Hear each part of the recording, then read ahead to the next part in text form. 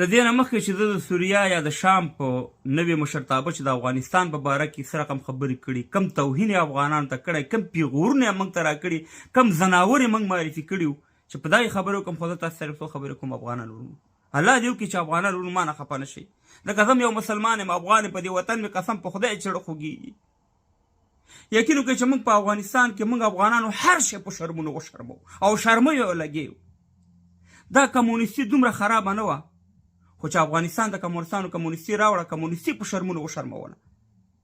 ته ورشه د کمونیستي هیوادونو کمونستان وګوره چې څه رقم هیواد جوړه، څه رقم د خلکو ژوند زندګي جوړه ده، مګر دلته موږ کمونیستي په شرمونو وشرمو. زه یې منم چې د کفر دغه دی، خو دومره خرابه نه وه لکه څنګه چې افغانانو په شرمونو وشرموله.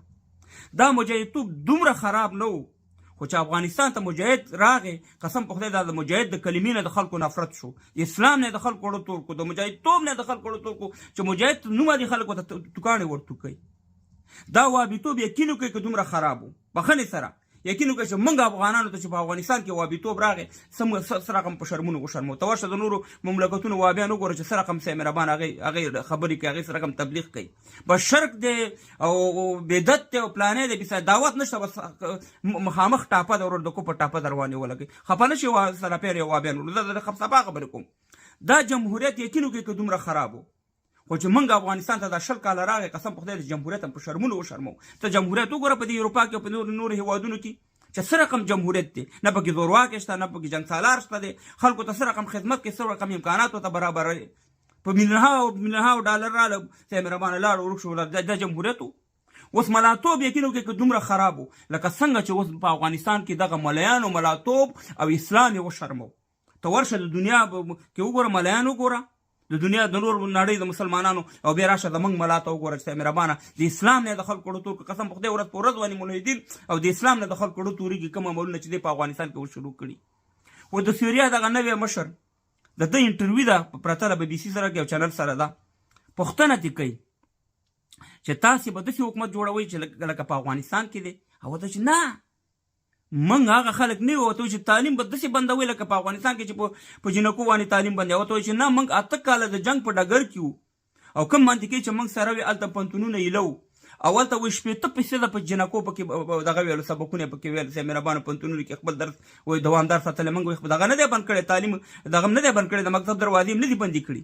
او ورته وایي چې خلک وایي چې دا د طالبان و. نه، طالبان یا افغانان چې دي دا یو قبیله ده، دا یو ځنګلین دی او په ځنګل کې پراته دي په یو ټاپو کې، او سه مهربانه نه د اسلام نه خبر دي، نه د انسانیت نه خبر دي، نه د تعلیم نه خبر دي، نه د بشر دوستۍ نه خبر دي، نه د پرمختګ نه خبر دي. دا یو سه مهربانه یو ګروپ دی، او د هغه شام دی، د هغه سوریه ده چې 2 جمعې مخکې زمونږ افغانستان کې ورته سه مهربانه همدغه خلکو ته چکچکې والې مټۍ تقسیموله چې سه مهربانه فتح وشو، مجاهدین راله سه مهربانه، او د سوریه بیرغ یې راغستی و، د خپل سپین بیرغ سره یې لګولی او خپل ملي بیرغ ورور نه پرېږدي په افغانستان کې. تاسې به کتلی په خوست کې په کمدي کې د سوریه ملي بیرغ یې راغستی سه مهربانه او خپل ملي بیرغ نه پرېږده. نو ته ماته چې حکومتونه داسې کېږي، داسې د ملا نوم د اسلام نوم ولې بدناموئ؟ ولې د افغانستان د تباهۍ او بربادۍ طرف ته بیاوئ؟ داسې حکومتونه نه کېږي لکه څنګه چې دا موږ روان کړي. ځکه نه موږ د اسلام په لار روان یو، نه د انسانیت په لار روان یو.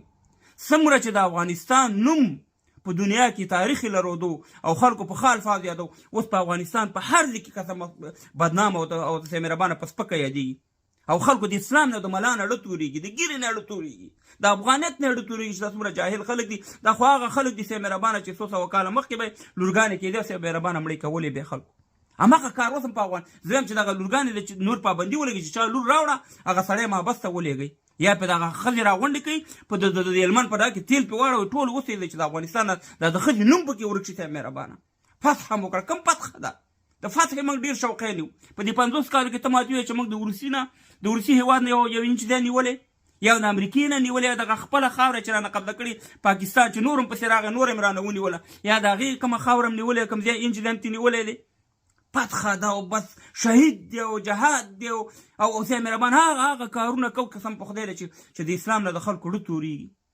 لېره پورې اوس خاندي چې دا څومره جاهل خلک دي چې په 21مه صدۍ کې د هغه کارونه کوي چې سه مهربانه د جاهلت کارونه او افغانانو نوم په شرمونو وشرمېدو. ځکه چې موږ نه د اسلامي هیوادونو ته ګورو او نه د غربي هیوادونو ته ګورو چې هلته سیاست څه رقم کېږي او څه رقم دغه د مملکتونه په مخ کې تلي، خو به د ګېډې نه اسلام راایستلی دی، نه د اسلام په لار روان نه د انسانیت په لار روان. افسوس دی زموږ په حال چې هر شی په شرمونو شرمولی.